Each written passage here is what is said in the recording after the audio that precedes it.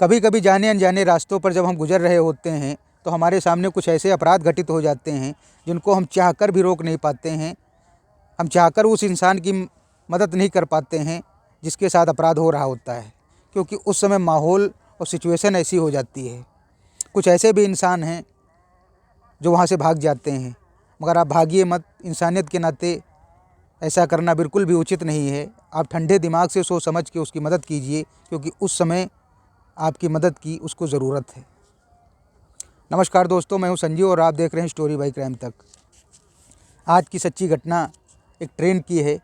इस ट्रेन का नाम है पुष्पक एक्सप्रेस, जो लखनऊ टू मुंबई चलती है। 8 अक्टूबर रात्रि के 9 बजे के आसपास ये ट्रेन कई प्रदेशों की सीमा पार करते हुए महाराष्ट्र के औरंगाबाद के इंगितपुरी स्टेशन पर रुकती है। तभी अचानक 8 व्यक्ति स्लीपर बोगी में घुस जाते हैं।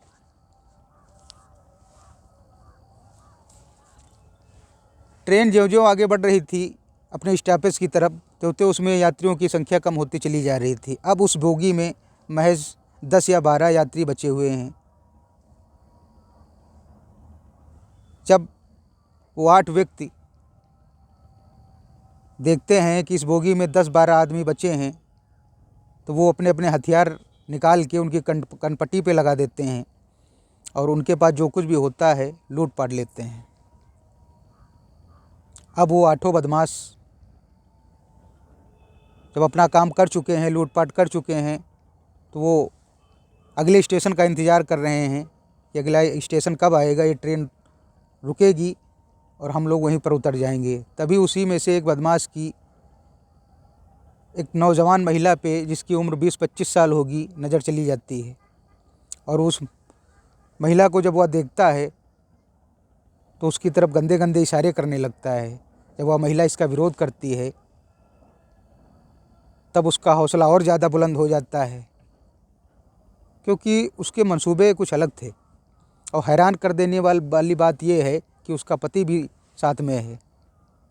अब वो बदमाश आके उसका हाथ पकड़ के उसके साथ ज़बरदस्ती करने लगता है और उसका पति ज़ोरदार विरोध करना शुरू कर देता है। जब वो ज़ोरदार विरोध करता है, उसकी आवाज़ सुन के उस बदमाश के बाकी साथी भी वहाँ आ जाते हैं और उस महिला के साथ बारी बारी से दुष्कर्म करना शुरू कर देते हैं और उसके पति को मारते पीटते हैं। यात्री जितने थे सब कुछ देख रहे थे, मगर कोई भी कुछ नहीं कर पा रहा था, क्योंकि उन लोगों का मोबाइल पहले ही बदमाशों ने ले लिया था और उनके कनपट्टी पे बंदूक भी लगी हुई थी। वो करें तो क्या करें, ऐसा कोई साधन भी नहीं है जिससे कुछ किया जाए, किसी से मदद ली जाए। 1-2 व्यक्ति उसमें से हिम्मत करके खड़े होते हैं कि ट्रेन की चैन खींची जाए, और ज्यों ही वो खड़े होते हैं त्यों ही बदमाश उनको मारने लगते हैं। वो फिर डर के बैठ जाते हैं। ट्रेन अपनी रफ्तार से चल रही है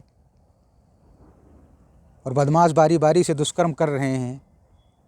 उस महिला का पति बार बार उनके पैर पकड़ रहा है, हाथ जोड़ रहा है, गिड़गिड़ा रहा है कि मेरी पत्नी को छोड़ दो, ऐसा मत करो।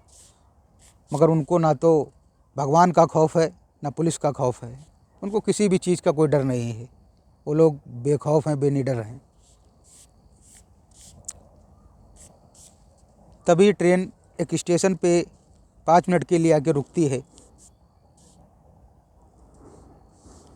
और जब ट्रेन दोबारा से चलने की तैयारी में होती है, चलना शुरू कर देती है थोड़ा थोड़ा, तभी उसी में से एक व्यक्ति हिम्मत करके एक जीआरपी वाले को देखता है। 2-3 मिनट उसको निहारता है और फिर फटाक से चिल्लाता है, कहता है मुझे बचा लो, मुझे आपकी मदद की बहुत ज़रूरत है। इत्तेफाक की बात यह है कि ये बात उसके कानों तक पहुंच जाती है और वो तुरंत ही अपने साथियों को ये बात बताता है चिल्ला के, और तुरंत ही चलती हल्का फुल्का जो चलती ट्रेन थी उस बोगी में जाके घुस जाते हैं जीआरपी वाले। अब उनको ये तो पता नहीं था कि इस बोगी में अंदर क्या हो रहा है, क्या नहीं हो रहा है। उनको बस ये पता था कोई दिक्कत है, इसलिए मदद मांगी जा रही है।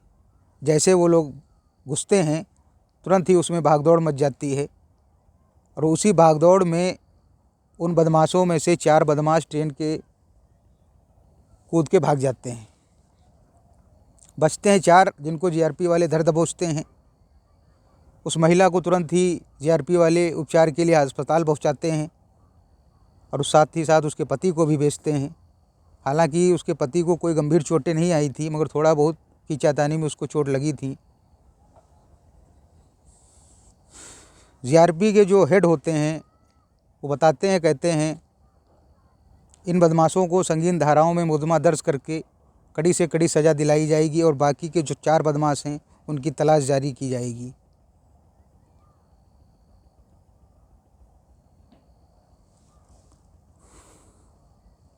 दोस्तों, ये ऐसी घटना है कि आदमी का दिमाग हिल जाए, इंसान सोचने पे मजबूर हो जाए।